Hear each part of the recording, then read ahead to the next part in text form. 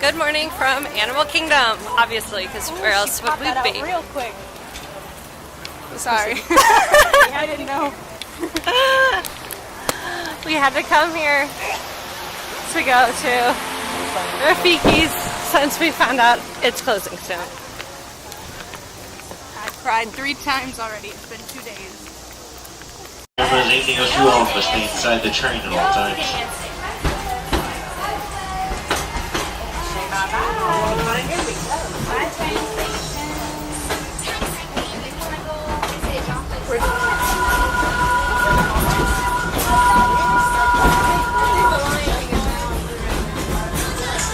Preparing to meet Dawn right now. That's all I know. Okay, see, this is where I was taking. Ready?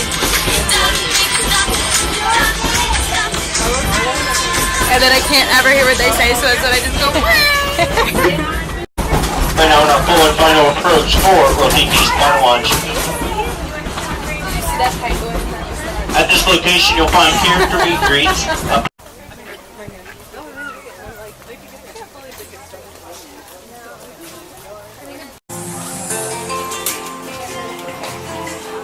Thank you.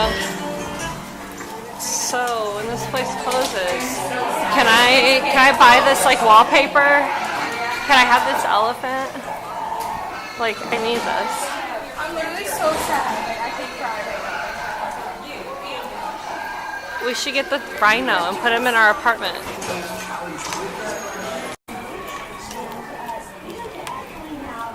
Two areas in the roof of their mouth that are normal for cheetahs, and they are human hair. They don't wear them as much, and so to keep from irritating the tissues that those teeth bump up against, we artificially wear their teeth for them a little bit. And that's what Dr. Beth is doing now, is just removing the very tip, 1 millimeter tip of that molar, and then doing a sealant on it. Down towards the hind quarters. We wanted to go ahead and take a look at that to see what the cause of that might be, and it turns out to be urinary incontinence, which we will then go about treating with the appropriate treatment. They also Says about 20 and she's 23 already, so yeah, obviously when you live with people you can live a little bit longer because you have vet care and stuff. Isn't that cool? So yeah, you can pet her really gently on her back. Just make sure you don't poke her or squeeze her. And then we have hand clear here when you're finished. You can pet her, Anna. She's called a milk snake. She doesn't need to touch her. She won't touch her. Yeah, we don't want anybody to grab. Gotta be super careful with her.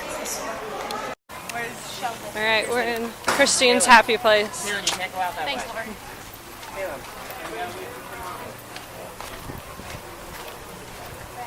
Vincent's been training out here.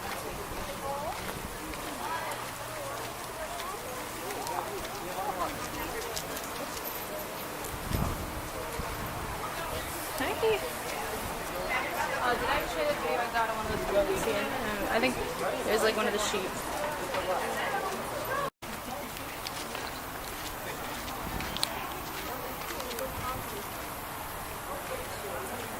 I have pictures of you guys, and this one y'all used to be out here. Are they never out anymore? No, they're always back here. What happened to the cows? Oh, there he is. There's the cow. Way over there. He's doing it. He did it. Oh, there you go. You made it almost. Are you comfy now? Oh, that was so cute.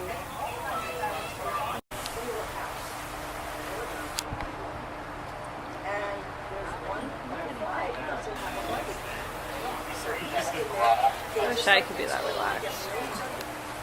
I think these benches are made for like teeny tiny kids. I am a teeny tiny kid on the inside. We're so short. Well, good morning. I see some new faces have joined us. Welcome, guys. As I said earlier, my name is Patrick. I'm one of the keepers here at Rafiki's Planet Watch, and we got a pretty cool show in store for you. Can you guys tell me, though, we'll jump into the world of princesses. What princess started it all for Walt? Anyone know? Snow White. What? Snow White. Yes, Snow. I'm going to look to you now for the rest of the show. So Snow White was Walt's first princess. A lot of people think it was Cinderella. But Snow White did have, of course, her forest friends that helped her whistle while she worked. Sometimes those forest friends do pay us a visit. Here at the greenhouse, I'm going to take a peek inside and see what we have for you. We've got a very adorable forest friend. So he's a bit on the small side. So what I'm going to do is bring him just a little bit closer for you guys to check out. And I want you guys to think about what type of animal this is. Take a good look at him. I know you can ooh and ah at how cute he is. Hedgehog, that's a great guess. What do you guys think over here? I was gonna say hedgehog. She was going to say that. She stole my answer. What do you guys think back here? I don't think The it's Kentrek is the animal in Flynn's case. Lesser implies that he is on the smaller side of all things Tenrec. There's actually 25 different types of Tenrec, 2 of which found on mainland Africa, 23 of which are found on the island of Madagascar. And then, of course, not all of them have those spines, so that is where that hedgehog name comes in. You can. Speaking of animals that have an interesting relationship with the world of art, I'm going to introduce you to one right now. This is Sherman. What is Sherman? What do you think he is? Very cute, right? That's an acceptable answer. Sherman is a ferret. If you guys are familiar with that type of animal, he's actually a domestic ferret. And these guys have a pretty interesting relationship with the world of art. Walt would consider him to be a work of art, but he's not the only one. You know, Jordan's hanging out backstage with another animal that also could be considered to be a work of art. Oh, I certainly think so. Guys, you're absolutely right. Everybody, this is my friend Cleo, and she's what's known as a ball python. Now, is anybody out here super afraid of snakes? Excellent. Because I'm going to come down and let you guys get a little closer look at her.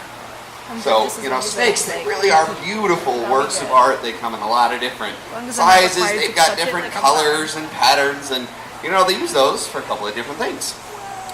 Now, there are some snakes that are very brightly colored, and those bright colors are meant to be a warning sign, like the coral snake here in Florida.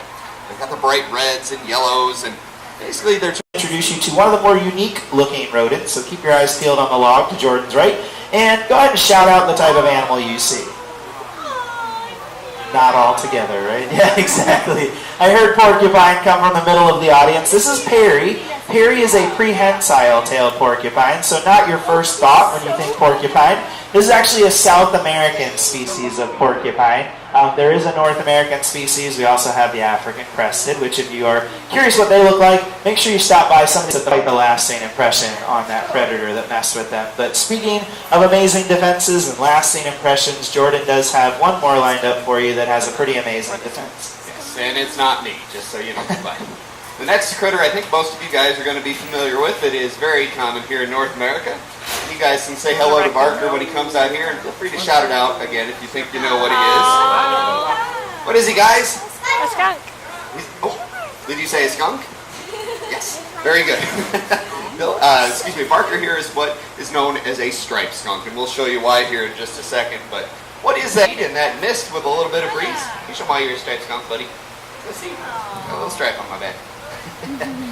That mist with a little bit of a breeze or like the fan blowing behind. The right-hand side, coming down the steps there, is going to be an animal that should be pretty familiar to you guys, especially given recent Disney releases. Of course, Moana featured the lovable character named Hey Hey. Hey Hey, right? What was lovable about Hey Hey? Of course, well, he wasn't the brightest bulb in the box, right? He tried to eat rocks, and he tried to walk right off the edge of that boat when they were in the middle of the ocean. And it's kind of ironic that a lot of times with our animators, they have kind of that creative freedom to have a little bit of fun with the characters. But Biscuit here, she is a silver leghorn chicken, and she's here to let you know that that's actually, the truth is quite the opposite with chickens. They're rather intelligent, and they have a super important role in not only their natural ecosystems, but also in our home ecosystems. They are a great form of pest control. They love digging through the dirt and getting yummy, yummy bugs. And you can also get the side benefit of egg production from them, which of course comes along with a hen like Biscuit here.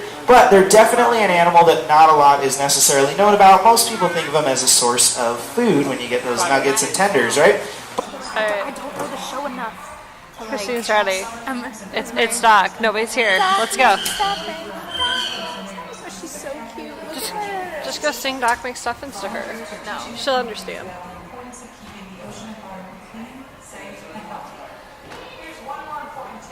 But how can they get rid of this beautiful place?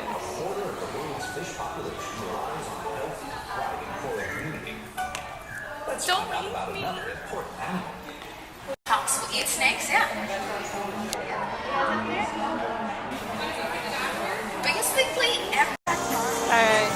saying goodbye for now to Rafiki's Planet Watch, but I mean, back tomorrow morning. probably tomorrow morning, so like it's fine.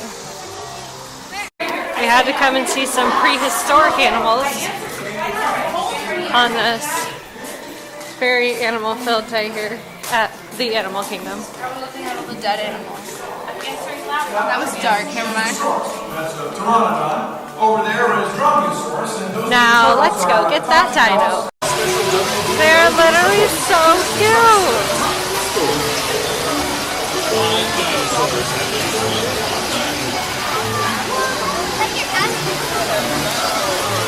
Also want to see one of the cutest things at Animal Kingdom. Oh my god! I've never noticed that. That is so funny. That is so.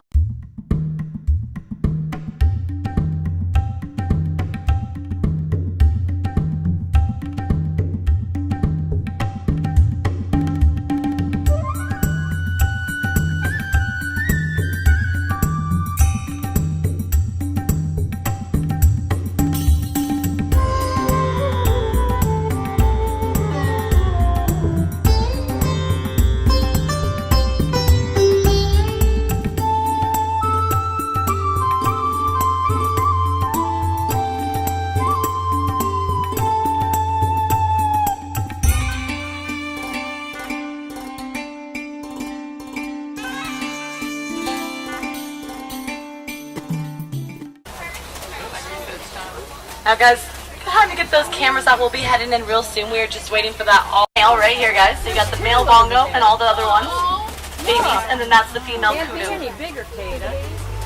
There's some more kudus too, guys. Kudus actually travel in about 3 to 10 kudus per herd. So you got some females over there now, you can see. Successful than lions and hyenas.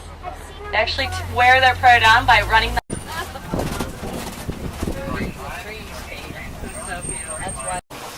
Okay, so it's starting to storm, and I have to go to work.